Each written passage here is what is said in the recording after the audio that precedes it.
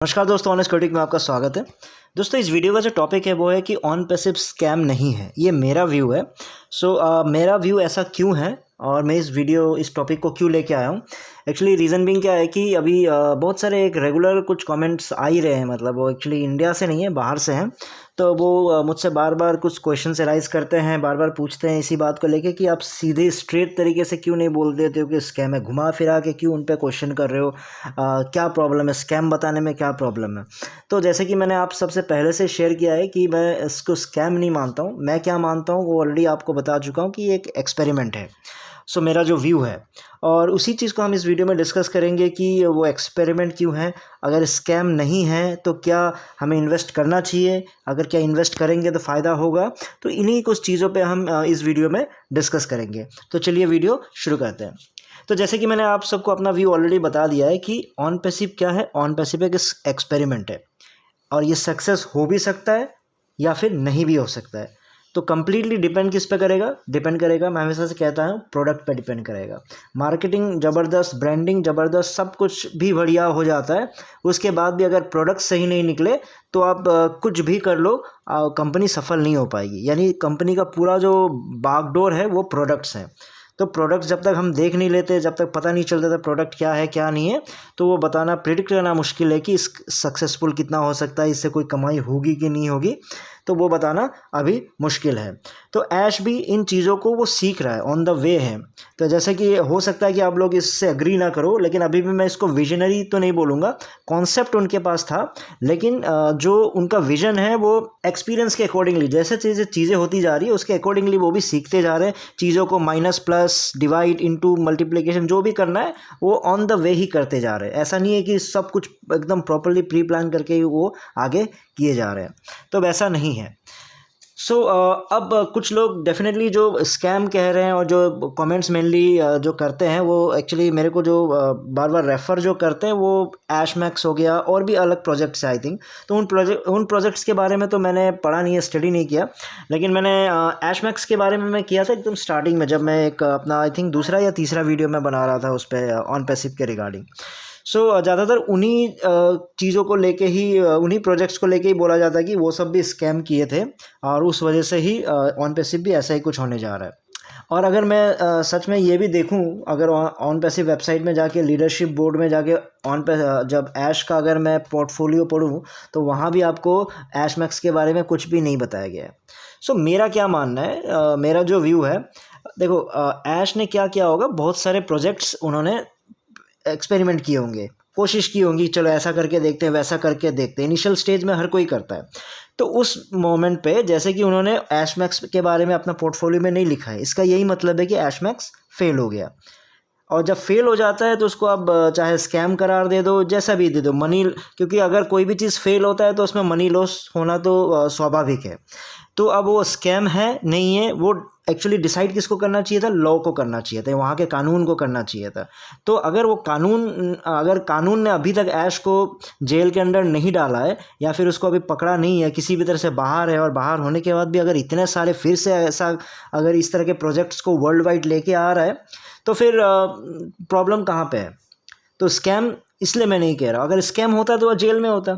Scam नहीं है तभी वो बाहर है और इतना कॉन्फिडेंटली फिर से चीज़ें किए जा रहे हैं ना, उस पॉइंट्स को भी हम नकार नहीं सकते।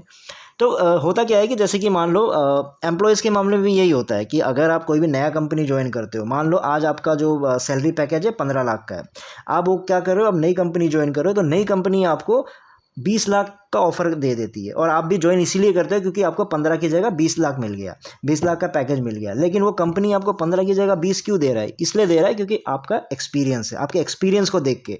और एक्सपीरियंस में क्या चीज़ आता है, एक्सपीरियंस का ये मतलब नहीं होता है आपने सब कुछ बढ़िया ही किया होगा। एक्सपीरियंस में ये भी काउंट होता है कि आपने कुछ चीज़ें स्टार्ट की होंगी, उसमें कुछ गलतियाँ की होंगी, उस गलतियों को फिर आपने सीखा होगा, उस सीखने के बाद उसको इम्प्रूव किया होगा, तो उस वजह से आपका एक्सपीरियंस मैटर करता है।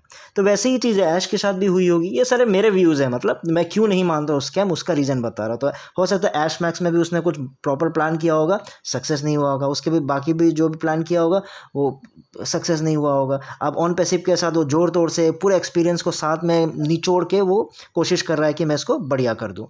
तो मेरे ये रीज़न्स हैं। और अब देखो, बात यही पे आ जाता फिर ये डिले क्यों हो रहा है। बहुत सारे क्वेश्चन ये होता है कि ऑन पैसिव इतना डिले क्यों हो रहा है, तो इसमें मेरा व्यू क्या है। देखो टेक्निकली मेरा जो व्यू है वो टेक्निकली डिले है ही नहीं। डिले क्यों नहीं है, क्योंकि इसका जो एक्चुअल जो फुल प्लेट जो स्टार्टिंग जो हुआ है ना प्रोडक्ट्स बनना, वो लास्ट ईयर ही हुआ है। और अगर बहुत सारे प्रोडक्ट्स, इतने सारे प्रोडक्ट्स को लॉन्च एक साथ लॉन्च करने का प्लानिंग कर रहा है, तो आप समझ के रख लो कि अभी भी बहुत टाइम लगने वाला है। फिर यही अगर कुछ पूछते हैं कि 2019 में क्यों नहीं हुआ, 2019 में क्यों नहीं हुआ, क्यों लॉन्च नहीं हुआ, कुछ था ही नहीं लॉन्च करने के लिए। 2020 में क्यों नहीं हुआ, क्योंकि उस समय ऐश के पास एक MLM कॉन्सेप्ट था, उन्होंने कुछ MLM के तरीके से सोचा था, ऐसे जोड़ेंगे वैसे जोड़ेंगे, इतना होगा, नीचे इतना जुड़ता चला जाएगा, ऐसे ऐसे होगा। फिर वो चीज़ चला नहीं, कैलकुलेशन के अकॉर्डिंगली वो हुआ ही नहीं, वैसा कुछ प्लान बन ही नहीं पाया, तो इसलिए वो लॉन्च ही नहीं हुआ। और जो भी प्रोडक्ट्स को लेके बातें की गई थी ना कि प्रोडक्ट्स ये है, इतने तैयार है, 99% रह गए, 1% बच गया है, सब कुछ, वो एक्चुअली सारे झूठ थे। तो वो मानने में कोई प्रॉब्लम नहीं है। मार्केटिंग स्ट्रेटेजी मान लो, या फिर उस समय कुछ और प्लान था, फिर प्लान चेंज हो गई मान लो, ऐसा कोई प्रोडक्ट तैयार था ही नहीं उस समय। और 2021 में तो चीज़ें स्टार्ट हुई ना, जब चीज़ें स्टार्ट हुई 2021 में ही, तो फिर लॉन्च हो ही नहीं सकता। अभी तो कारवा स्टार्ट हुआ ही है, तो अभी टाइम लगेगा उसमें, इसलिए वो लॉन्च करने का कोई ऑप्शन ही नहीं था 2021 में भी। अब 2022 में देखो, 2022 में मैं फरवरी में ऑलरेडी एक वीडियो बना दिया था, जिसमें मैंने आपको बहुत सारे जब खुशियाँ माहौल जब चल रहा था, तभी मैंने आपको क्लियरली बोल दिया था कि जुलाई तक वो पॉसिबल नहीं है लॉन्च होना। उसके रीजंस मैंने ऑलरेडी दे दिए थे, तो वो वीडियो मैं आपका डिस्क्रिप्शन बॉक्स में उसका लिंक दे दे रहा हूँ, तो वहाँ पे उस वीडियो को आप चेक कर लीजिए, तो मैं रीजंस आपको पता चल जाएगा कि जुलाई तक क्यों नहीं होगा। और बाकी जो भी है आगे के लॉन्चिंग के डिटेल्स मैं नेक्स्ट वीडियो में आपसे शेयर कर दूंगा। सो पॉजिटिव पॉइंट्स मेरे अकॉर्डिंगली क्या है ऑन पैसिव में। पॉजिटिव पॉइंट ये है कि बहुत सारे ऐसे भी लोग जुड़े हैं जो ऑन पैसिव के साथ, जो बहुत ही ऑप्टिमिस्टिक है, बहुत ही हार्ड वर्क कर रहे हैं, आगे बढ़ाना चाहते हैं ऑन पैसिव को, और बहुत सारी उम्मीदों के साथ मेहनत कर रहे हैं ऑन पैसिव में। क्योंकि कोई भी कंपनी का ग्रोथ उनके एम्प्लॉयज़ और कस्टमर्स पे ही डिपेंड करता है ना। सो सारे फाउंडर्स क्या है, एम्प्लॉय मान लो या कस्टमर्स मान लो, सारे हार्ड वर्क कर ही रहे हैं, तो वो एक पॉजिटिव पॉइंट है, कंपनी को कहीं ना कहीं ग्रो करने में वो डेफिनेटली काम दे रहा है। दूसरा, देखो अब मुझे नहीं पता प्लान क्या है क्या नहीं है, लेकिन अगर जो रेसिडुअल इनकम का जो कॉन्सेप्ट है, अगर वो रखा गया है, अगर वो फिजिबल है, अगर वैसा दिया जा सकता है, तो डेफिनेटली ये बहुत ही बढ़िया चीज़ है। और तीसरा पॉइंट, पॉजिटिव पॉइंट, मुझे नहीं पता कि मतलब इतना फिजिबल है कि नहीं, कि एक ही पैकेज में सारे प्रोडक्ट्स अगर आप सबको दे रहे हो एक ही, और ऊपर से एक ही टाइम पेमेंट करना है, तो वो कितना फिजिबल है, किस तरह से जो इनकम बाद में जनरेट होगा, पूरी दुनिया के लोग एक ही कंपनी में समा जाए, वैसा भी पॉसिबल नहीं है। भले ही आप देख सकते हो, एक प्रॉपर तरीके से देख सकते हो, लेकिन सेल्स के मामले में ऐसा हो गया तो आपका बाकी कंपनीज लूट जाएंगी, और बाकी कंपनीज लूटने के लिए तो बैठी नहीं है, तो ऑब्वियसली वो भी इंप्रूव करेगा, कुछ ना कुछ वो भी करेगा। अगर इन केस मान लो, मैं मान के चलता हूँ कि अगर माइक्रोसॉफ्ट को ऑन पैसिव से खतरा हो गया, तो वो भी अपने प्रोडक्ट्स को सुधार लेंगे। फेसबुक को खतरा हो गया, तो क्या वो सुधारेंगे नहीं, क्या इंतजार करेंगे कि सारे कस्टमर्स ऑन पैसिव पे चले जाए, फिर मैं उठूंगा, फिर जगूंगा? ऐसा नहीं है ना। गूगल भी तो वेट नहीं कर रहा होगा, यूट्यूब भी तो वेट नहीं कर रहा होगा। तो ऐसी चीज़ें हैं, तो बोलने को बोल सकते हैं कि उस समय ऐसा चीज़ हो जाएगा कि हम इतने आगे का देख लेंगे कि जब तक गूगल या फिर यूट्यूब बाकी कंपनीज उसको फॉलो करेंगे तब तक बहुत डिले होगा। नहीं, नॉट पॉसिबल, वो ऐसा नहीं हो सकता, क्योंकि वो इतने $1 बिलियन कंपनी है, किसी भी चीज़ को compete करना उनके लिए चुटकियों का मामला है। और नेगेटिव पॉइंट क्या है? नेगेटिव पॉइंट अगर मैं आपसे शेयर करूं तो 99% जो चीज़ें बोला जाता है कंपनी में, वो आपका वॉक द टॉक नहीं होता है, जैसा बोला जाता है वैसा होता ही नहीं है ज़्यादातर मामलों में। ठीक है, सीक्रेट, किसी चीज़ को सीक्रेट रखना एक कंपनी के लिए, और वादों को तोड़ना, वो अलग अलग चीज़ें हैं। आप पहले अगर कुछ वादे करते तो उसको पूरा करो, अगर वो पूरा ना करके फिर आप ये बोलोगे कि नहीं उसको सीक्रेट रखा जाना था इसलिए नहीं बताया, फिर वो गलत बात है, वो सही रीज़न नहीं है उसको बताने का। और दूसरा नेगेटिव पॉइंट है कि एकदम रोड मैप है ही नहीं, मतलब रोड मैप, अब ये बोल सकते हैं कि चलो मान के चलते हैं कि ऐश के पास रोड मैप है, लेकिन वो क्लियरली अभी तक बताया नहीं है, चीज़ों को छिपा के रखा हुआ है।